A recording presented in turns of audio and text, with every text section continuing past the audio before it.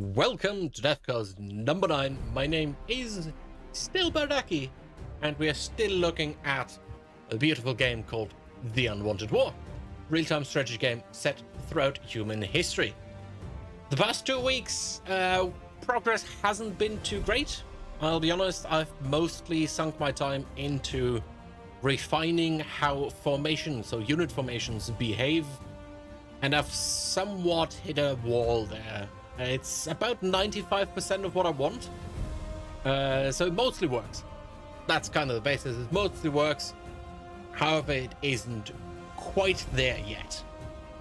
So currently I've decided to put it a bit on the back burner.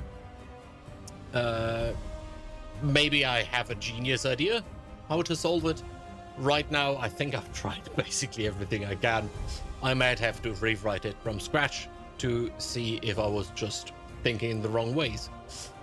Yeah, but there still has been some other progress, so we're just gonna jump right into a match, maybe without weather, and how about we explore the entire map?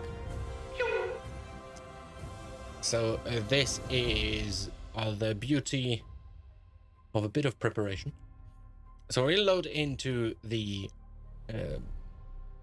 current era, as we like to call it, and I'm gonna spawn an attack helicopter. It does need to fly a bit higher.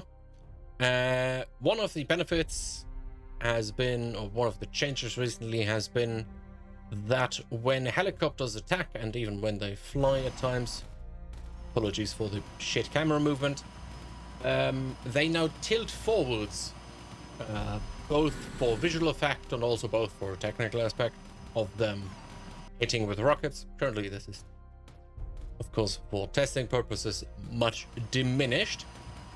So just, it's a visual tweak. It is just tilted downwards. But yeah, that is the helicopter change. And what I can show you somewhat, at least, is for the formations. Sure, let's get fire support units. Sure, let's get a lot of units. And with a lot of units, we're talking about 46 units.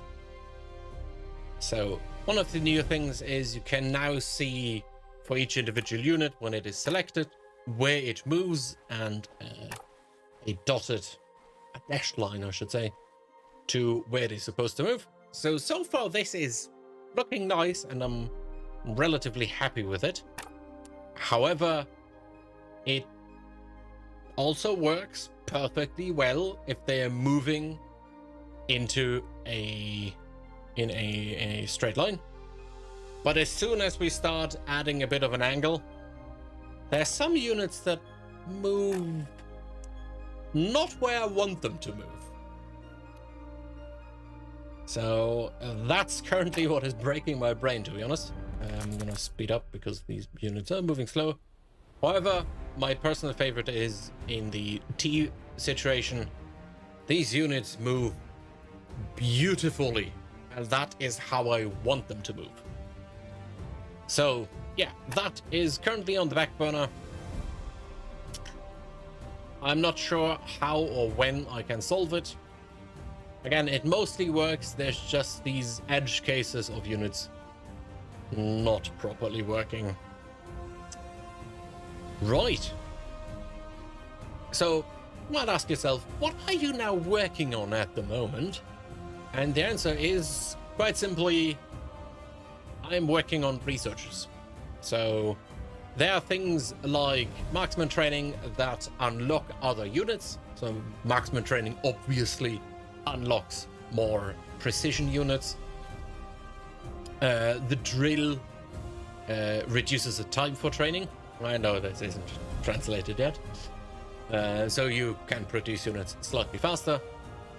And that's what I'm currently adding for specific factions, for a good reason that I will reveal once I have more progress made on that. But yeah, that's kind of going to be the focus at the moment, adding a bit more content to specific factions. And yeah, there will be updates, there will be notifications about that once there is more to show, once the timeline for that is a bit more clear. But yeah, that is actually kind of it for today's DevCast recording.